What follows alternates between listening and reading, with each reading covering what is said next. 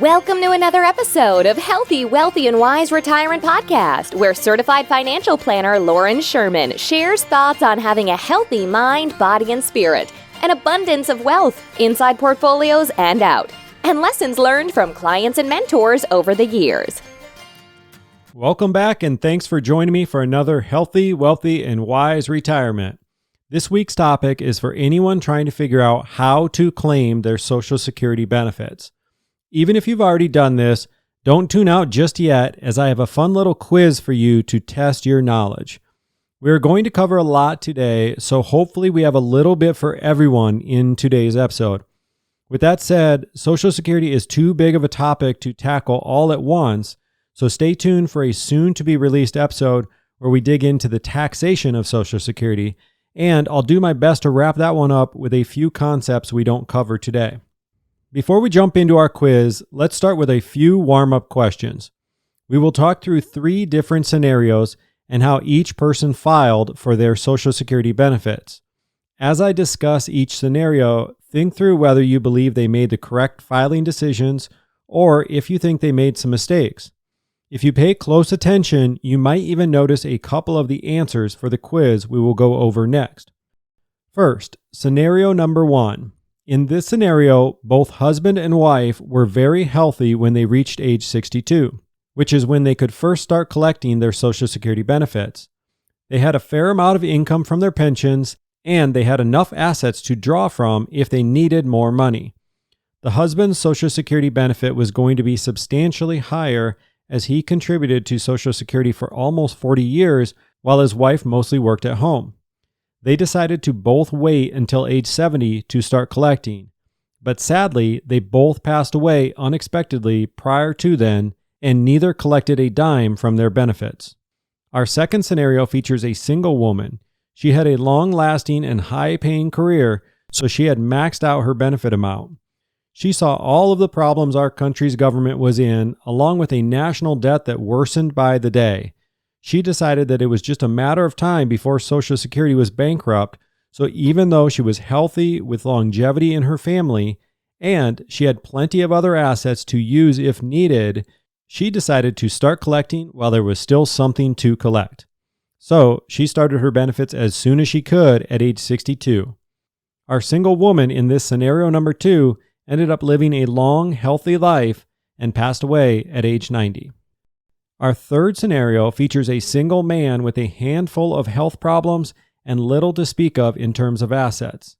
His Social Security benefit was not maxed out by any means, but it was modest enough to help cover his expenses and retire. Instead, he decided to work until age 70, letting his benefit grow to its maximum amount. While the extra work took a toll on his health, he lived 10 years longer and passed away at the age of 90. Let's pause here as we have these 3 scenarios. First, a healthy couple with plenty of assets who decide to wait to age 70 to collect, but both, unfortunately, pass away before collecting anything. Second, we have the single woman with the maxed out benefit who decides to take her payments early in fear that the Social Security system would run out of money. She lived a long life until age 90. And third, the single man in poor health and not much for assets who waited to age 70 to start collecting. He passed away at age 80. In which of these scenarios do you think they did things the right way? Is there anywhere you think they made a mistake? I didn't use names for these scenarios as none of them are particularly admirable positions to be in, but I have seen each of these play out over my years of advising on Social Security options.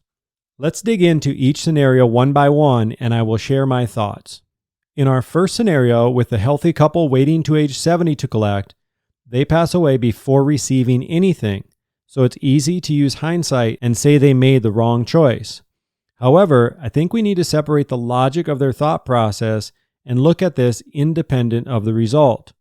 Looking at the facts on this one, let's start with their health outlook. As I shared, they were both very healthy. Of course, no one knows for sure when their time will be up on this earth, but our health outlook can play a big role in helping to determine our best Social Security strategy. To state the obvious, as a general rule of thumb, people who are healthy tend to live longer. especially if comparing to others the same age with several health issues. This simply means that, in general, the healthy individual or couple can expect to collect their benefits for much longer. Another rule of thumb, the longer you live, the more benefit you are going to see as a result of delaying your Social Security benefits as long as you can. Let me repeat that once just to be sure I'm clear on this. The longer you live, the more you are going to benefit from delaying when you start claiming your Social Security strategy. So if you live a long, healthy life, you're going to see a big difference between collecting at age 62, for example, versus age 66 or even age 70. And when I say a big difference, there are a few factors that go into this, but we may be looking at a few $100,000. I've seen real life scenarios where it's been a difference of a full $500,000. But circling back to how healthy a person is, it amazes me how many times I've seen even financial professionals overlook health when discussing Social Security strategies. They want to make it a math problem and spreadsheet everything, but by doing so, they're overlooking one of the most important variables to consider. What else is going on in our first scenario? Well, we also shared that this couple had a fair amount of income from pensions and a decent amount of assets too. To me, this simply means that we have some flexibility here. We don't have to feel forced into taking our benefit at a certain age simply so there's enough income to cover expenses. On top of that, it's tough to beat the guaranteed rate at which benefits continue to increase when we delay collecting to age 70.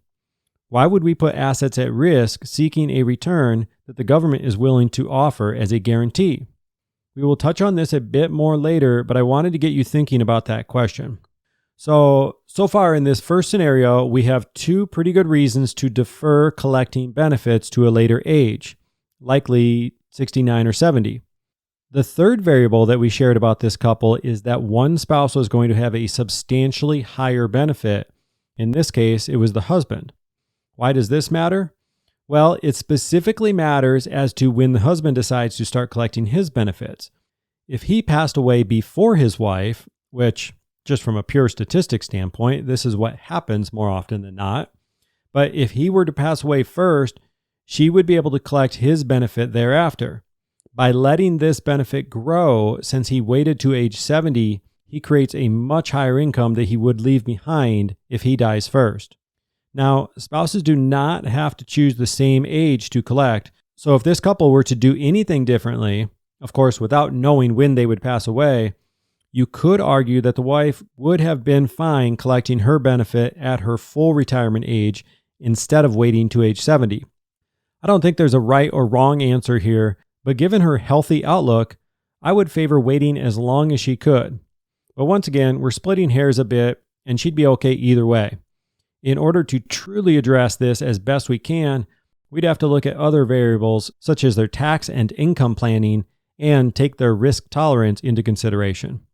So all in all, even though things didn't work out for this couple in the first scenario, because once again, they both passed away before collecting any benefits, I would say their thought process made sense and they made a good decision in waiting to start collecting benefits.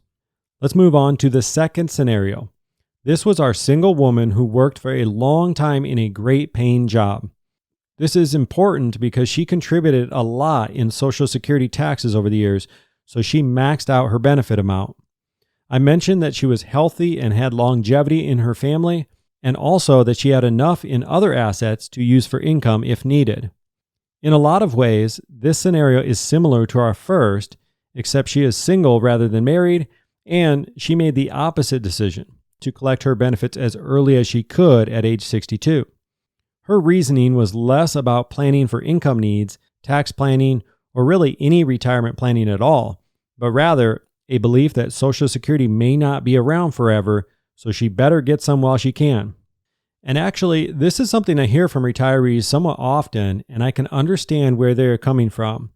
When looking at our national debt and the way our country spends money that we don't have, I understand the sentiment. But I also think it's easy to get caught up in headlines that you might see. A lot of these headlines are misleading or could even be called outright clickbait in an attempt to get you to click on their article. A common headline might read, Social Security fully funded until year 2035. Or if they want an even scarier title, it might read Social Security, bankrupt in 15 years.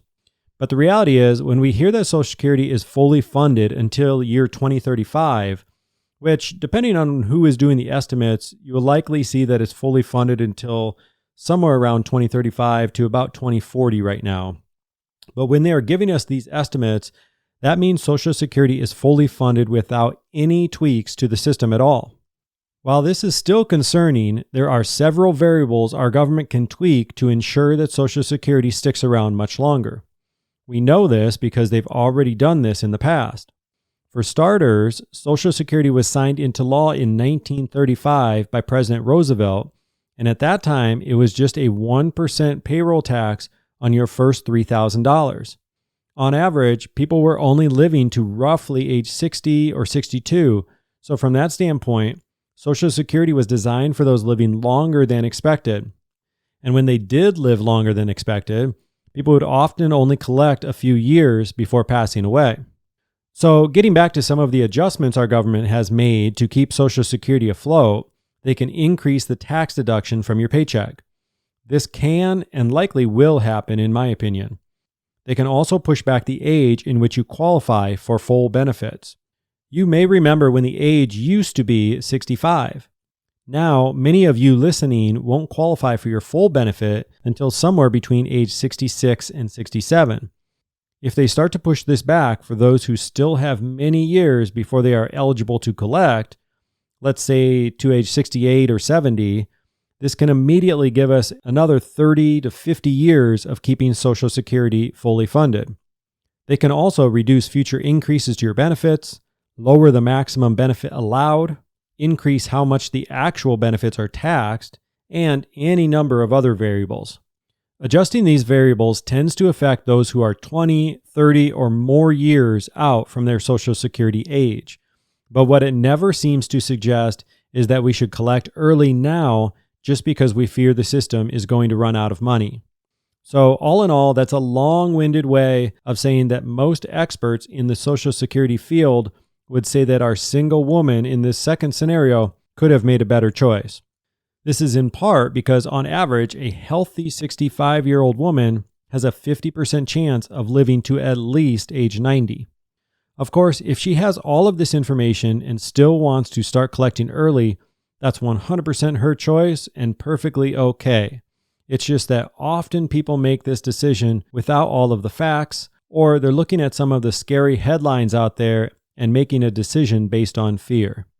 Before closing out this second scenario, could we think of any other reasons she may want to delay her starting age to collect benefits?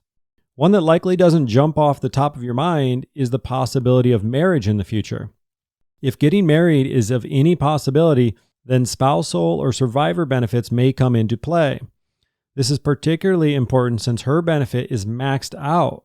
And when I say maxed out, what that means is that her income was high enough that eventually the government puts a cap on the monthly benefit you can receive. For the year 2022, the maximum at age 62 is $2,364 per month. At full retirement age, it's $3,345 per month, or $4,194 at age 70. So even when you have a maxed out benefit, that's referring to the maximum for that age in which you start collecting. So it still goes up when you wait until later years. Aside from the possibility of marriage or remarriage in retirement, we can look at a few of the risks that are listed on our retirement risks analysis. If you haven't heard me discuss our retirement risks analysis in the past, this is simply a one-page report that we offer everyone heading into retirement. Or it's a good review if you're already in retirement too. And what it does is it gives you a red, yellow, or green grade for the 14 biggest risks you will face in retirement, at least financially speaking. One of these being inflation risk, another longevity risk, which is whether or not you will outlive your retirement assets, and a third being self-sabotage risk. That last one gets a little bit of a laugh from most people we work with, but we can often be our own worst enemies. So while these are only 3 of the 14 risks, Building up a bigger Social Security benefit by delaying as long as possible can help you reduce all three. You have an inflation-protected asset, it's an income stream that you will never outlive, and with a larger benefit, there's less need for income decisions within your investment portfolio, which means there's less opportunities for mistakes. Sometimes people scratch their head on that last point a bit, but it makes more sense if we take it to the extreme. If you can think back to before the 1990s, we didn't see many 401k type plans, as employers generally offered a pension. Once you decided when and how to receive your pension benefits, there weren't any decisions to make on an ongoing basis. Compare that without having any pension and everything is in a 401k plan. Now you have to decide what to invest in, what to buy and sell, how to take income, how to manage for taxes, and so on. So building a bigger Social Security check isn't quite the same as having a pension where you don't have to make any investment decisions, but it's getting a little closer to that, which reduces that self-sabotage risk. And finally, let's move on to our third scenario, which was the single man who had plenty of health problems without a lot of other assets to speak of. His Social Security benefit was far from being maxed out, but it was enough to cover his needs. In this example, he lived to age 80, and part of the reason I included that piece of information is that often the crossover point in which you receive more lifetime benefits for delaying your starting age, this tends to happen somewhere around age 78 or 80.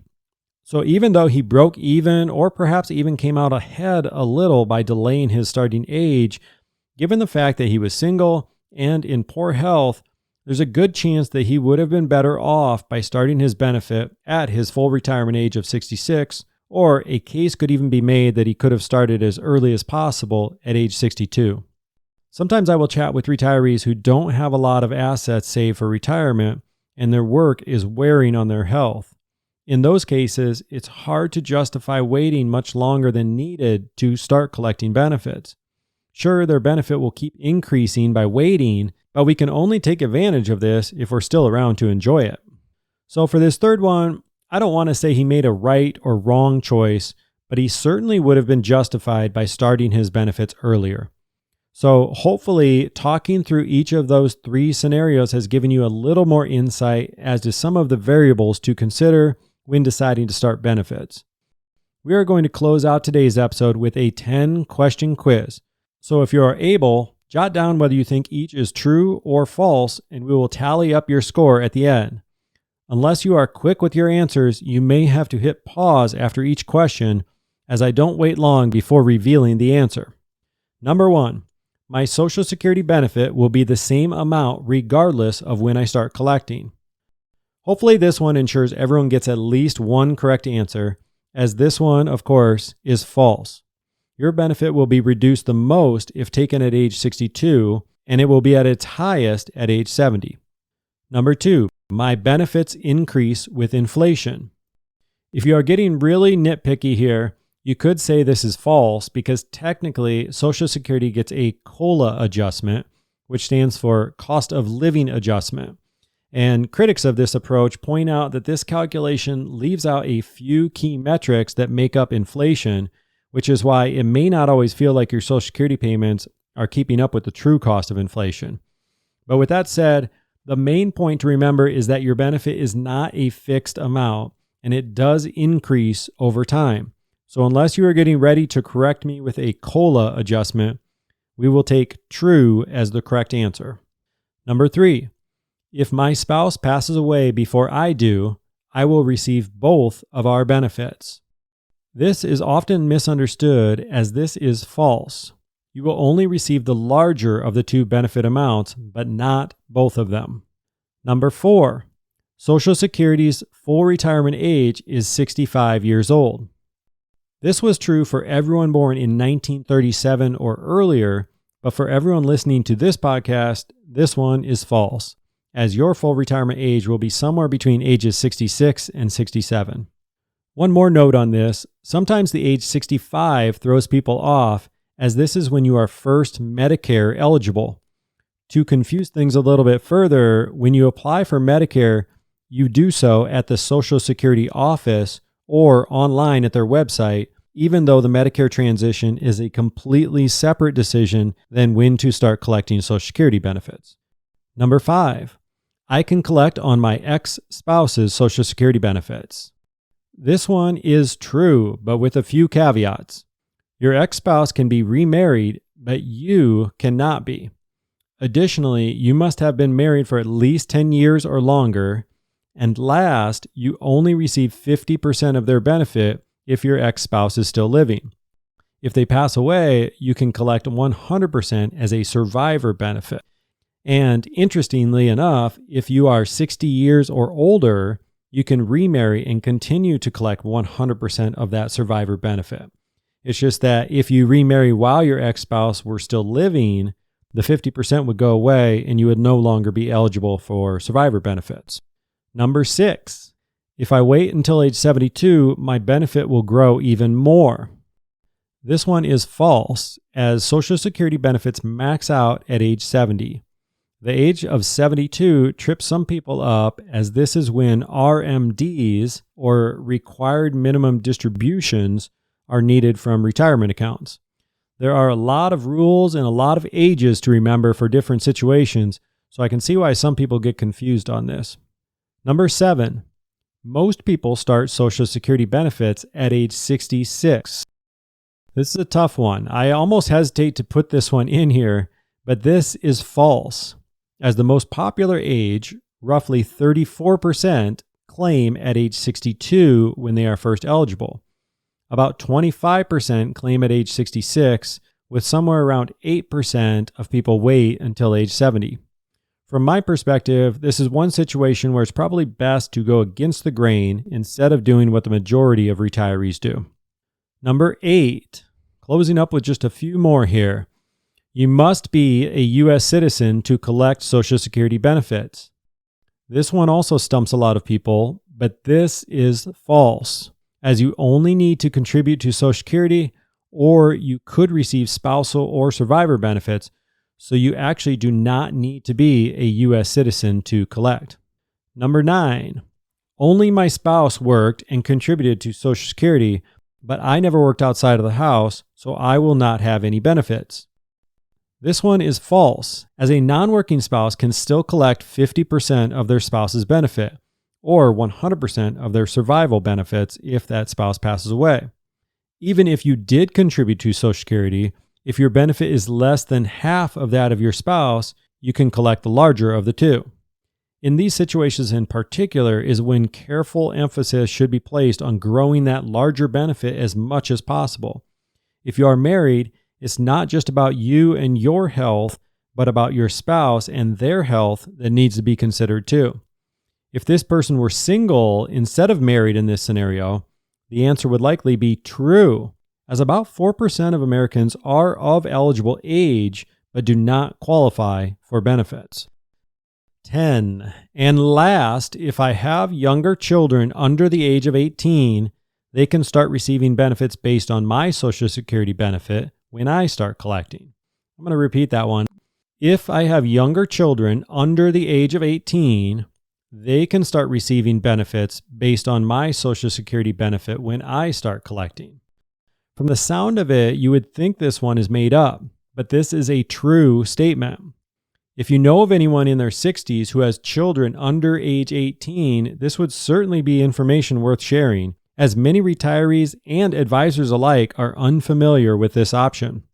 For some families, this is essentially free money, or free to them at least, so it's definitely worth considering. So how did you do? If you got all 10 or even 9 out of 10, you're a rock star and you might be ready to teach Social Security to others. I'd say if you got over half of them right, then you're still above the curve. And if you got 5 or less correct, well, you probably have better hobbies than learning about Social Security, so I can't blame you for that. I know we didn't cover everything Social Security related, as there will definitely be a part 2 coming soon, but I did want to add one note before closing out today. One situation where it almost always is wise to collect benefits early is if you qualify for Social Security disability. In this situation, you can start collecting prior to even age 62, and your full retirement age benefits are not reduced. So I just wanted to add that note in case you've heard of others who started collecting before they were age 62. In our show notes today, you will find an overview of Social Security considerations that briefly discuss how this fits into your overall plan. Feel free to check that out or reach out to me directly to request a Social Security analysis personalized for you. And as always, you can find past episodes at healthywealthywiseretirement.com. Be well, and we will talk again in 2 weeks. Thank you so much for listening and supporting this podcast. If you've enjoyed listening, we would love if you took a quick moment to leave an honest review. Of course, we're shooting for 5 stars, but if you have suggestions to improve the show, we would love to hear from you too. Just click on the podcast name, Healthy, Wealthy, and Wise Retirement Podcast, and scroll down to ratings and review.